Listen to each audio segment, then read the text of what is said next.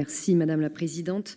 Chers collègues, alors effectivement, nous nous réjouissons de pouvoir saluer ce plan d'action de 35 millions d'euros supplémentaires alloués au logement pour la période 2024-2026. Ce plan d'action représente la concrétisation, comme vous l'avez dit, des réflexions et travaux initiés lors de la conférence métropolitaine du logement social en mars 2022.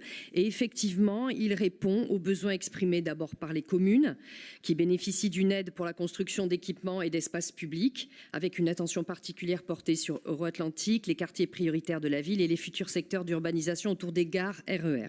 Mais aussi pour les bailleurs sociaux, effectivement, qui profitent d'un fonds de soutien renouvelé à hauteur de 15 millions d'euros, les aidant à financer leurs opérations de construction et de rénovation. Alors, nous rendons hommage effectivement ici à l'action volontariste d'Alain Ziani, poursuivie par vous, Madame la Présidente, qui nous a permis d'atteindre enfin en 2023 nos objectifs en matière de production de logements sociaux.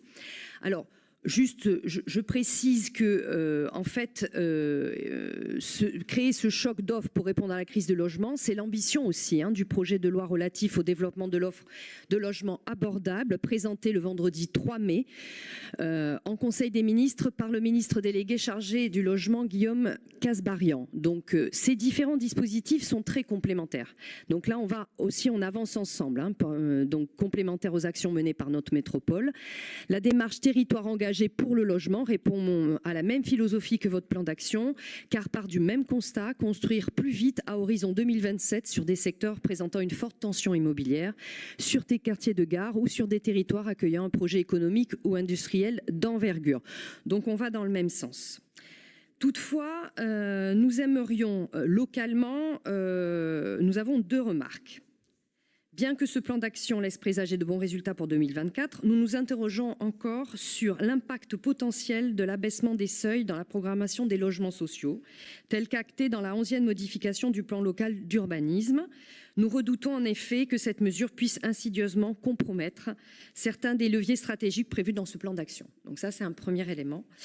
Et nous pensons également que ce plan pourrait être complété par une vaste campagne de communication visant à rendre la densité urbaine plus acceptable auprès de nos concitoyens, puisqu'il a été maintes fois souligné qu'un des principaux obstacles rencontrés par les maires dans la délivrance de permis de construire, ça demeure l'acceptabilité, des projets de construction par les habitants de la commune. Il nous apparaît donc essentiel de soutenir les maires dans la sensibilisation de la population à cette question et nous souhaiterions qu'une initiative métropolitaine voie le jour en ce sens. Je vous remercie. Merci Madame. Monsieur Bobet. Oui, merci Madame la Présidente.